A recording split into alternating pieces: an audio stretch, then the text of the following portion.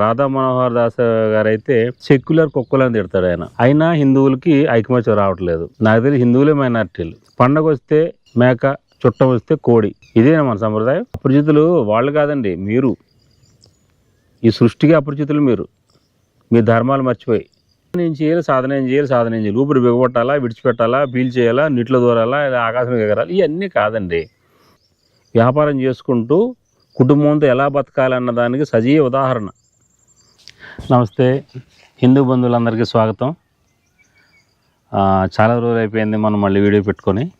మన చార్ధామ్ యాత్ర చేసి వచ్చిన తర్వాత ఒకటే వీడియో పెట్టాను. కారణం ఏంటంటే ఆ యాత్రలో మనకి మన సాధనా క్రమం కొంచెం గాడి తప్పుతుంది కదండి.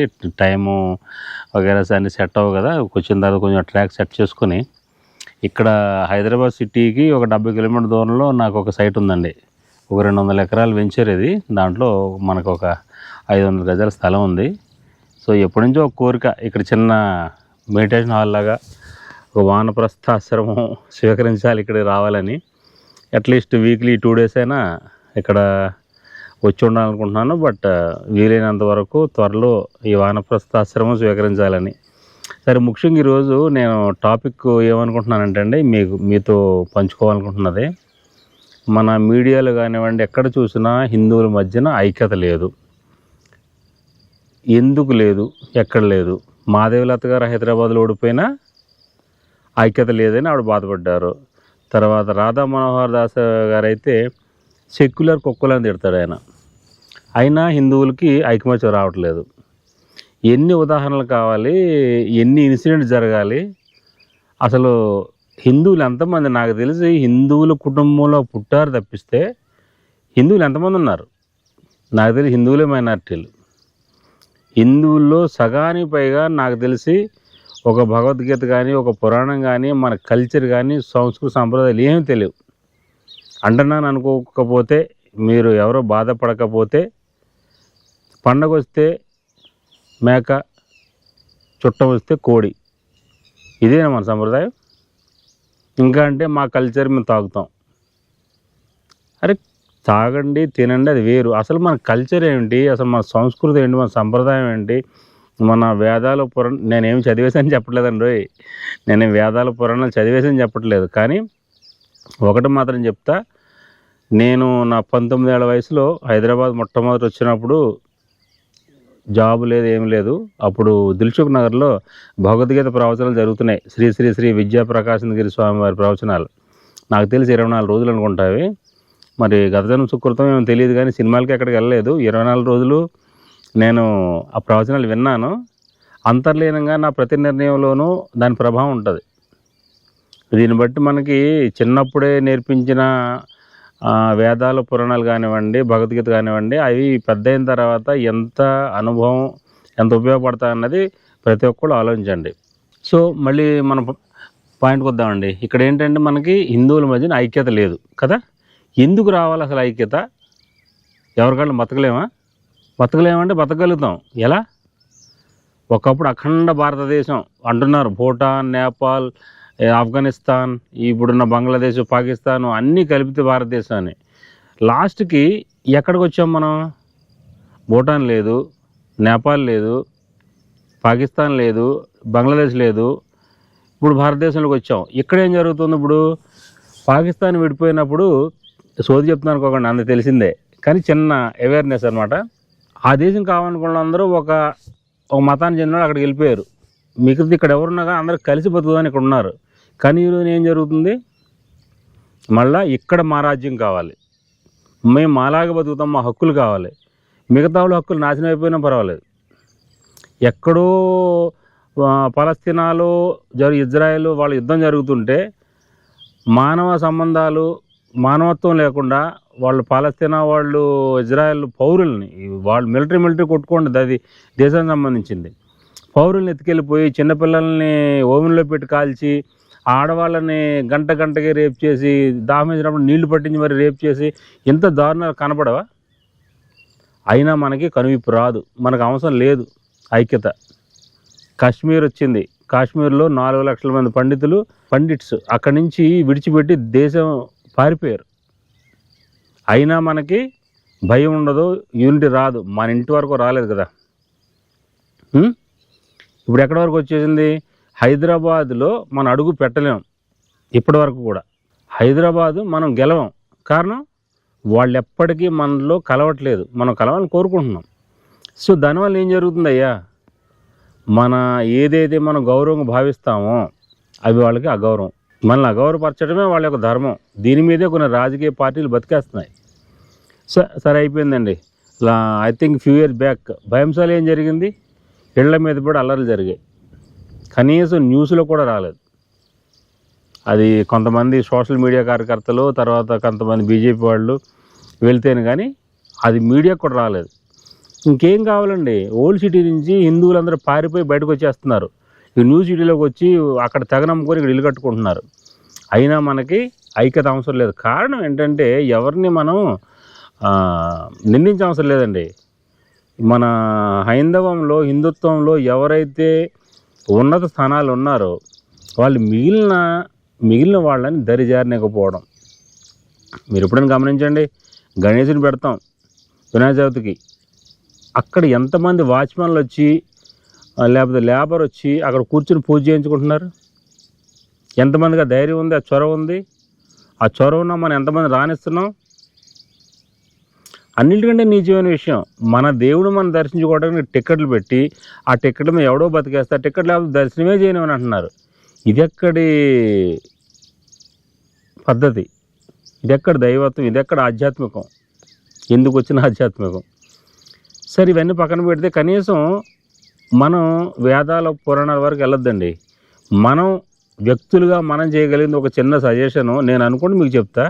మీరు దాని మీద తప్పనిసరిగా మీ కామెంట్ తెలియజేయండి, మీ అభిప్రాయం తెలియజేయండి. అదేంటంటే, మనం గుడికి వెళ్తున్నాం, మన దగ్గర డబ్బు ఉందని ఇది విఐపి టికెట్ కొనుక్కుంటున్నాం, మన దగ్గర డబ్బు ఉందని ఇంకో టికెట్ కొనుక్కుంటున్నాం, మనకి పలుకుబడి ఉందని ఇన్ఫ్లుయెన్స్ చేయించుకుంటున్నాం, చక్కని దర్శనానికి వెళ్ళిపోతున్నాం, 2 సార్లు 3 సార్లు వెళ్తున్నాం. మిగతా భక్తులకి నిమిషం కూడా దొరకని దర్శనం దగ్గర అరగంట కూర్చుంటున్నాం. మనమే హిందువులమే, బయటోటి మనల్ని ఎవడ ఏం చేయట్లే. బయట లైన్లో నిలబడిన పేద భక్తులకి ఏమనిపిస్తుందండి? ఒక్కసారి ఆలోచించండి మీరు. ఇది ఎక్కడి అన్యాయం? దేవుడి దగ్గర కూడా అన్యాయమా అని సర్లేని సరిపెట్టుకునే తత్వం హిందువులు ఉంది కాబట్టి సరిపోయింది. కానీ లేకపోతే ఇప్పటికీ హిందుత్వం ఇంకో 1000 ముక్కలు చెక్కలు అయి ఉండేది. ఒకే ఒక కారణం, అంతా పరమేశ్వర అనుగ్రహం అని అనుకునే ఒక సూత్రం ఉంది కాబట్టి, ఒక భావన ఉంది కాబట్టి ఇంకా మన వాళ్ళు ఇంకా హిందుత్వం ఇలా కొనసాగుతుంది. సరే, ఇప్పుడున్న హిందుత్వం పరిస్థితి ఏంటండి? ఎవడొచ్చి భోజనం పిలిచినా తినేస్తాం మనం. వినాయక చవితికి భోజనాలు ఉండేది మస్తాన్, అయినా మన ప్రాబ్లం ఉండదు. అసలు మనం ఎక్కడికి వెళ్తున్నామండి? మన హిందువులు ఎంతమంది ఉన్నాం? నిజంగా గుళ్ళు మీద లెక్క పెట్టుకోండి. ఎంతమంది ఇళ్ళలో భగవద్గీత ఉంది? ఎంతమందికి భగవద్గీత చదివారు, కనీసం విన్నారు? భగవద్గీత ఆఖరికి చౌదవ సంగీతంలో చేసేసారు. ఏమైనా చచ్చిపోతే అక్కడ సెల్ ఫోన్లో పెడుతున్నారు, మైక్కి బ్లూటూత్లో కనెక్ట్ చేసి. ఇదా మనకి? ఎవరికైనా దెబ్బ తగలంగానే కావాలి హిందుత్వం. హిందువులందరూ ఏమైపోయారు? 80% మంది ఉన్నాం. సిగ్గుండాలి మనకి, కొంచెమన్నా సిగ్గుండాలి. కనీసం గుళ్ళోకి వెళ్ళినప్పుడు మన పక్కన వాడికి దర్శనం జరుగుతుందా? మన పక్కన ఒక ముసలివాళ్ళు లేదా అంగవైకల్యం ఉన్నవాళ్ళు లేదా పేదవాళ్ళు ఉన్నప్పుడు మన ద్వారా 10 మందికి దర్శనం జరిగితే లోపల పరమేశ్వరుడు తెలియదండి మనం బయట ఏం చేస్తున్నాము? అంత అమాయకుడా? అంటే మీరు తల మీద తొక్కుకుండా విఐపి టికెట్లు కొనుక్కుండా లోపలికి వెళ్ళి దర్శనం చేసేసుకుంటే మిమ్మల్ని దేవుడు ఆశీర్వదించేస్తాడా? మీకు పదవులు ఇచ్చేస్తాడా? డబ్బు ఇచ్చేస్తాడా? ఒక్కసారి ఆలోచించండి. మన సనాతన ధర్మం బతికి ఉండాలి అంటే మనం మారాలి. ఫస్ట్ మనమే మారాలి. బయటోడు మనల్ని ఎవ్వడేం చేయలేడు, మనం స్పందిస్తేనే. ఒకప్పుడు మనలో మనకి కక్షలు ఉండబట్టి ఆ కక్షలను ఆధారం చేసుకొని మొఘళ్ళు వచ్చారు. ఒకరిని జయించి వాడు సపోర్ట్ చేసి ఇంకొకరిని జయించి, వాడు సపోర్ట్ చేసి ఇంకొకరిని జయించి అలా దేశానంతా ఆక్రమించారు. తర్వాత ఆంగ్లేయులు కావాలని వాళ్ళు డివైడ్ అండ్ రూల్ పెట్టి మనల్ని విడదీసి ఎంత పరిపాలించారో చూశారు. మన ఆడవాళ్ళని ఏం చేశారో చూశారు. ఎన్ని ఘోరాలు నేరాలు చేసి అయినా మనకి సిగ్గు శరం లేదండి. ఇందుకే కావాలి మనకి ఐకమత్యం కావాలి హిందువులు. ఎందుకు అంటే ప్రపంచానికి మార్గదర్శనం చేయగలిగినట్టు ఒకే ఒక భావజాలం హిందుత్వంలో ఉంది. అది నో డౌట్, ఎవరు అవునన్నా కాదన్నా అది సత్యం. ఎక్కడెక్కడి నుంచో ఆఫ్రికా దేశాల నుంచి, యూరోప్ దేశాల నుంచి వెతుక్కొని మళ్ళీ ఈ దేశం వచ్చి ఇక్కడ స్థిరపడి ఇక్కడ మెట్లు, కట్లు, బొట్లు పెట్టుకుని వాళ్ళు ఆడవాళ్ళు గానీ, మగవాళ్ళు గానీ పంచెలు కట్టుకొని బతుకుతూ ఉంటే మనకి ఎంతమందికండి భక్తి ఉంది? ఎంతమంది నిబద్ధత ఉందండి? కనీసం మన పిల్లలు బొట్టు పెట్టుకోపోతే అడిగి దమ్ము, ధైర్యం, ఆ చొరవ మనకుందండి? ఒక్కసారి తల్లిదండ్రుల గుండెల మీద చేసుకోండి. ఇలా ఉద్యోగం వచ్చింది ఆడపిల్లకి అనంగానే జుట్టు విరబోసేసుకోవాలి. ఇలాగా కాస్త వయసు వచ్చిందనగానే మగపిల్లలు ఇంక మంచి వస్త్రధారణ లేనే లేదు. అడ్డమైన నిక్కరు, అడ్డమైన చొక్కా, అడ్డమైన బనీను, అడ్డమైన క్రాపింగ్లు. వీళ్ళ దగ్గర మీరు పొరపాటున సనాతన ధర్మం, హిందుత్వం అని చూడండి, మిమ్మల్ని పిచ్చోళ్ళు చూసినట్టు చూస్తారు. అర్థమైందండి? సో మనకి కష్టం వచ్చినప్పుడు తలుచుకుంటే ఎవ్వడు రాడండి. చేతులు కాలిన తర్వాత ఆకులు పట్టుకుంటే ఏమి జరగదండి. మనం తేరుకోవాల్సింది ఏంటంటే, మొట్టమొదట ఇంగ్లీష్ వాళ్ళు అనుకున్న ఒక కాన్సెప్ట్, వీళ్ళ ధర్మాన్ని నాశనం చేయాలి, వీళ్ళ సంస్కృతిని నాశనం చేయాలని వాళ్ళు సంకల్పించి ప్రతీదీ మనకు మార్చి మన ఉగ్గుపాలతో నూరు పోసేశారు మనకి. ఆ జనరేషన్ కంటిన్యూ అవుతుంది ఇప్పుడు. సో ఫస్ట్ ఆఫ్ ఆల్ మనల్ని మనం మార్చుకుని మన తోటి వాడిని మీరేమి సేవ చేయవసరం లేదండి, వాడికి అన్యాయం చేయొద్దు. ఒక దేవుడి కోసం వెళ్ళిన పేద భక్తుడికి డబ్బు ఉందని గర్వంతో, పలుకుబడి ఉందని గర్వంతో వేబీ దర్శనాలు చేసుకొని వాళ్ళు మనసు విరగొట్టొద్దండి. అరే ఈ గుడి నాది కూడా, ఈ మతం నాది కూడా, ఈ ధర్మం అని వాళ్ళు ఫీల్ అయ్యేలా చేయండి. అలాగ ఫీల్ పోకబట్టే కదా ఇప్పుడు అందరూ వేరే మతాలకు వెళ్ళిపోయి వాళ్ళు చొక్కాలు ఇస్తున్నారని, లేకపోతే పూట భోజనం పెడుతున్నారని, లేకపోతే ఏదో డబ్బులు ఇస్తున్నారని మతాలు మారిపోతున్నారు. ఎందుకండి? మీరు చేరదీస్తే మీ ఇంట్లో పిల్లడు బయటికి ఎందుకు వెళ్ళి అన్నం తింటాడండి? మీరు అనాదరణ చేస్తేనే కదా ఆకలేసాడు పక్క వెళ్ళి అన్నం తింటాడు. ఈ మాత్రం నగన సత్యం ఎవరు తెలియకుండా పోతుంది? దయచేసి ఆలోచించండి. మొట్టమొదట మన యొక్క పిల్లల పెంపు మీద దృష్టి సారించండి దయచేసి. నాకు తెలిసి తల్లిదండ్రులు లేని బుద్ధులు పిల్లలకి ఎక్కడి నుంచి వస్తాయండి? పిల్లల్ని లేచి ఎన్ని గంటలు లెగుస్తున్నావు నాయన, ఏం చేస్తున్నావు లేచి, కనీసం ఉదయాన్నే కాస్త స్నానం, పానం, ఒక ధర్మాచరణ అది లేకుండా ఎప్పుడో లేస్తారు, ఎప్పుడో తింటారు, ఏం తింటారో తెలియదు, ఎప్పుడు తింటారో తెలియదు. నా కొడుకు నా కూతురు గారం, వీళ్ళకి నేను అన్ని సుఖాలు ఇస్తానని ఫీల్ అయితే నష్టపోయేది ఎవరండి? తీసుకెళ్ళి అనాథాశ్రమం పడేస్తాంటే అప్పుడు ఏడుస్తున్నారు, నా కొడుకు నన్ను దూరం చేశాడు, నా కూతురు నన్ను చూడలేదు, అప్పుడు ఏడుస్తున్నారు. అప్పుడు ఏడిస్తే ఏమొస్తుందండి? మీ పిల్లల మనసులో మీరు ఎలా ప్రవర్తించారన్నది గుర్తుంటుంది. మీరు మీ భార్యాభర్తలు ఎలా ప్రవర్తించారు దాన్ని బట్టి పిల్లలు వాళ్ళ మనసుల్లో ఆ భావజాలం నాటుకుంటుంది. మీరు సరిగా ప్రవర్తించకుండా ఎంజాయ్మెంట్ అనుకొని, లేకపోతే ఇంకోటి లగ్జరీ అనుకొని, డబ్బు ఉంది కదా అని ఆకాశం హద్దుగా చెలరైపోతే పిల్లలు అది అనుకోరా? రేపొద్దున వాళ్ళ వయసు వచ్చిన తర్వాత వాళ్ళ ఆనందానికి అడ్డొస్తున్న మిమ్మల్ని హాస్టల్లో ఇప్పుడు అనాథాశ్రమంలో పడకపోతే ఎక్కడ పడేస్తారు? మీరు చేలో మేస్తుంటే వాళ్ళు గట్టు మీద కూడా గడ్డి తింటారా? వాళ్ళు చేలో పడి తింటారు. సో దయచేసి అపోహలు దూరం చేసుకోండి. మరీ ముఖ్యంగా మనం గుడులు, గోపురాలు ఎన్ని దర్శించినా, ఎన్ని క్షేత్రాలు దర్శించినా అవన్నీ ఏంటంటే పంచభక్ష పరిమాణాలు మన ముందు పెట్టి ఉన్నాయి. నెక్స్ట్ ఏం చేయాలండి? తింటేనే కదా వాటి రుచి తెలిసేది, వాటి పవిత్రత తెలిసేది. ప్రసాదం అయితే వాటి పవిత్రత, వంటకాలు అయితే వాటి రుచి తెలిసేది. తినాలి కదా. అది తినకుండా ఆ ఎదురుకుండా పెట్టుకొని చూస్తా కూర్చుంటారా? ఇప్పుడు మన హైందవుల పరిస్థితి అలాగే ఉంది. నేను ఎప్పుడు వేదాలు, ధర్మాలు, ఉపనిషత్తులు ఎక్కువ చదవలేదండి, కానీ నా ఆలోచన స్థాయిలా ఉంటుంది. ఏంటంటే మనం ఎన్ని చేసినా వంట చేసుకుంటా తింటేనే రుచి తెలిసినట్టు, మీరు ఎన్ని గుళ్ళు గోపురాలు తిరిగినా మీరు సాధనా క్రమంలో రాకపోతే, సాధన అంటే ఏంటి? అదొక పెద్ద కాన్సెప్ట్. అవి ఇప్పుడు ఎప్పుడే కాదండి. ఇంకా మా పిల్లలు చదువుల్లో ఉన్నారు, మా పిల్లలు పెళ్ళి అవుతుంది, లేకపోతే ఇంకోటి ఎన్ని కారణాలు చెప్తున్నారు. పిచ్చోడిని చూసినట్టు చూస్తున్నారు. నిజంగా ఇవన్నీ ఇంప్లిమెంట్ చేసినట్టు అపరిచితుల్లా చేసి చూస్తున్నారు. అపరిచితులు వాళ్ళు కాదండి, మీరు. ఈ సృష్టికి అపరిచితులు మీరు, మీ ధర్మాలు మర్చిపోయి. సో నేనేమంటానంటే, కనీసం ఉదయం ఒక అరగంట, సాయంత్రం ఒక అరగంట, మీ జీవితం 24 గంటల్లో ఒక అరగంట కేటాయించలేరండి? దానికి కొడుకు పెళ్ళిళ్ళు, కూతురు పెళ్ళిళ్ళు, లేకపోతే సెటిల్మెంట్లు ఎందుకు అవసరం వస్తున్నాయండి? ఇది. సో ఖచ్చితంగా సాధన చేస్తేనే సాధనమున పనులు సమకూరు ధరలోన విశ్వదాభిరామ వినురవేమ. సాధన చేయకుండా మీకు దేవుడు ఎందుకు ప్రత్యక్షం అవుతాడండి? ఆయన క్లియర్గా చెప్పాడు భగవద్గీతలో. ఏమని? వేల కొలది జనులు నన్ను చేరుకోవాలని చూస్తుంటే అందులో ఏ ఒక్కడో నన్ను చేరుకుంటాడని. చేరుకోవాలనుకున్న వేల కొలది జనుల్లోనే ఒక్కడు చేరుకుంటే అసలు చేరుకోవాలనే కోరుకోకుండా ఇప్పుడు కాదులే 10 సంవత్సరాలు చూద్దాం అనుకున్న వాళ్ళ పరిస్థితి ఏంటండి? మీరు హిందువులైతే ఈ విషయం మీకు అర్థమవుతుంది. గుళ్ళు చేసుకోండి. మీరు హిందువులైతే ఆలోచించండి. హిందువుల కుటుంబంలో పుట్టగానే సరిపోదు, హిందువులు అయిపోం మనం.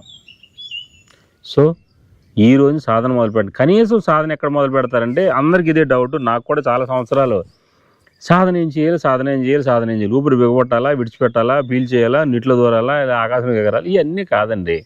మనకి ఫస్ట్ ఆఫ్ ఆల్ అష్టాంగ యోగంలో మొదటి మెట్టు తీసుకోండి.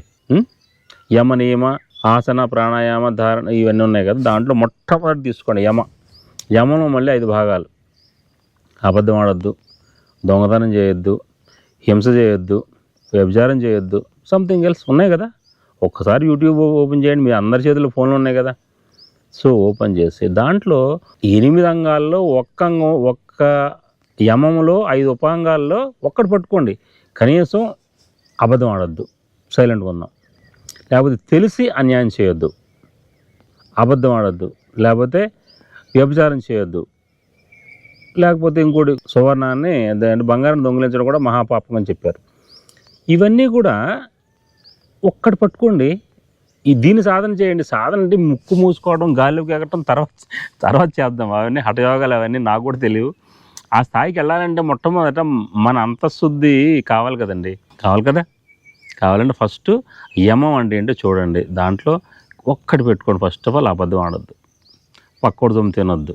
ఇలా ఉంటే ఒక మనిషి ఇంకొక మనిషిని నమ్మి రోజు త్వరలో వస్తుంది. అప్పుడు ప్రపంచమే మారుతుంది. కానీ మనం అబద్ధం ఆడకపోతేనే కానీ బతకలేం. అబద్ధం ఆడకపోతే మన పిల్లల్ని పెంచలేం. ఈ మోసం చేయకపోతే మనం బతకలేం అనుకుని మనల్ని మనమే కించపరుచుకుంటుంటే మనల్ని ఎవరు బాగు చేస్తారండి? అబద్ధం ఆడుకుంటేనే బతకాలా? నా వీడియోలో చూశారు కదా స్వామీజీని, చెన్నై స్వామీజీ. ఆయన చూడండి, ఆయన నెలకి 1,00,000 2 లక్షల రూపాయలు జీతాలు ఇస్తారు. ఆయన తత్వం చూస్తే నాకైతే ఆయన చెప్పవలసిన లేదు. అబద్ధం ఆడి సంపాదించడం కంటే ఇంకోటి మేలు అనుకుంటారు. అబద్ధం ఆడరు. ఆయన వేషభాషలు చూశారు కదా. బతికున్న యోగి, మన కళ్ళ ముందున్న యోగి, వ్యాపారం చేసుకుంటూ కుటుంబంతో ఎలా బతకాలన్న దానికి సజీవ ఉదాహరణ. నేను రేపు 5వ తారీఖున బయలుదేరి ఆయన దగ్గరికి వెళ్తాను ఒకరోజు. ఆయన దగ్గర అక్కడి నుంచి నేను మన యాత్రకు బయలుదేరుతాను. అదేంటి మీరు ఆల్రెడీ చాలామంది చెప్పేశారు. సో ఆ యాత్ర దిగ్విజయం కావాలని మీరు అందరూ కోరుకోండి. మీ ఆశీస్సులు తప్పకుండా నాకు ఉండాలని కోరుకుంటున్నాను. సో నేను చెప్పిన దాంట్లో మొట్టమొదటి సారాంశం కంక్లూడ్ చేయడం ఏంటంటే, మనం సాధన చేయకుండా ఎన్ని గుడులు గోపురాలు తిరిగినా చిత్తశుద్ధి లేని శివపూజలు ఎలారా, భాండశుద్ధి లేని పాకమేలా, విశ్వదాభిరామ వినురవేమ. అర్థమైంది కదా. మన చిత్తశుద్ధి ఉండాలి. ఆ చిత్తశుద్ధి కావాలంటే మొట్టమొదటి మనం కొన్నింటిని మనం తగ్గించుకోవాలి. అబద్ధాలు ఆడటం, అబద్ధం ఆడితేనే కానీ బతకలేకపోవడం. కొంతమంది సరదాగా అబద్ధం ఆడుతుంటారు. కొంతమంది ప్రతిదీ అబద్ధం ఆడితేనే అది జోక్ కావనండి, ప్రాంకులు కానీ ఈ మధ్య ప్రాంక్ అనేది వచ్చి అన్నీ అయితే వన్ టైప్ ఆఫ్ అబద్ధం కదా, తర్వాత నిజమని చెప్పిన. సో ఇవన్నీ కొంచెం ఆలోచించి మనం ఒకళ్ళకొకళ్ళు ఉదాహరణగా ఉండాలి. ప్రపంచం మనల్ని నమ్మి వస్తుంది. ఒక్కడు గుర్తుపెట్టుకోండి, ప్రపంచం అంతా భారతదేశంలో మట్టిని విశ్వసిస్తున్నారు, భారతదేశ ధర్మాన్ని అంతకంటే ఎక్కువ విశ్వసిస్తున్నారు. కానీ ఇంత మాత్రం అవగాహన లేకుండా ఎవరెవరో మన బంగారాన్ని విలువ తెలుసుకుని వస్తూ ఉంటే మనం మాత్రం ఇంకా అడవి గొర్రెల్లాగా మన ఏంటండి ఆచారాలు చాలా పంచుకోవాలని ఉంటుంది మీతోటి. కానీ ఇలా హార్ష్గా వెళ్తే మాట్లాడితే మీరు ఎక్కడ నొచ్చుకుంటారా అని ఒక చిన్న భయంతో కూడా అన్నీ చెప్పలేకపోతుంటాను. దయచేసి నా అభిప్రాయం మీద మీరు కామెంట్ తెలియజేయండి తప్పకుండా. ఎందుకంటే నేను ఇంకొక విషయం రివీల్ చేస్తాను. నా అంతశుద్ధి ఏంటంటే, ఇప్పుడు నా మానిటైజేషన్ ఏం ఛానల్ వీడియోలు చేస్తే డబ్బులు కూడా వస్తాయి. నేను డబ్బుల కోసం మాత్రం యూట్యూబ్ ఓపెన్ చేయలేదండి. సుమారు 4 లక్షలు ఖర్చు పెట్టాను. నేను ముసలినయ్యే వరకు కూడా నాకు డబ్బులు రావు. కేవలం ఏంటంటే ఒక సమాజాన్ని, ఒక సత్సంగాన్ని సృష్టించుకోవాలి. నాలాంటి ఆశ ఆతృత ఉన్న భక్తులకి ఒక ఒక చిన్న వేదిక అనుకోండి, అలా తయారు చేసుకుని ఒకళ్ళ భావాలు ఒకళ్ళు పంచుకుంటూ మనం ఒక ఐడియల్ సనాతన నిజమైన హిందువుగా బతకడానికి మార్గాలు అందరం కలిసి వెతుక్కుందాం. నేను మీకు ఎక్కడ చెప్పడానికి రాలేదు, నాకు తెలిసి మీకు చెప్తుంటాను. మీరు కామెంట్స్లో మీ అభిప్రాయాలు తెలియజేయండి. మనందరం కలిపి ఒక మంచి సమాజాన్ని సృష్టించుకుందాం. ఎవరైనా మంచిదనాన్ని పోయి మోసపోయినప్పుడు మనసు విరిగిపోతుంది. అట్లాంటప్పుడు మనం వాళ్ళకి సపోర్ట్గా నిలబడదాం, మానసికంగా కానివ్వండి, మన చేతనైనంత. ఇది నా అభిప్రాయం.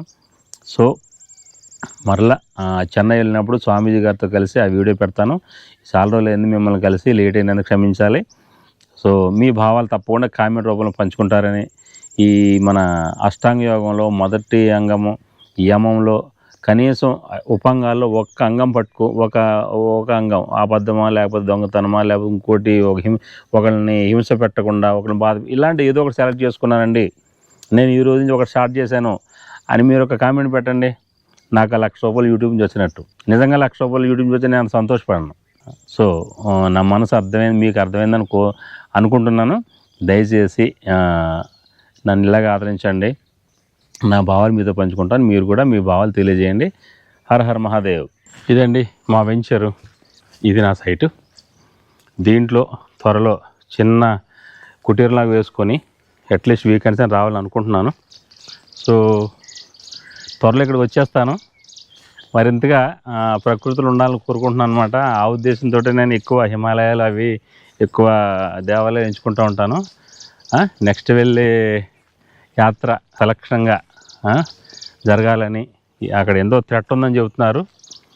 ఆ థ్రెట్లన్నింటినీ పరమేశ్వరుడికి వదిలేసి మనం ఆయన దర్శనానికి బయలుదేరేద్దాం. ఉంటాం మరి.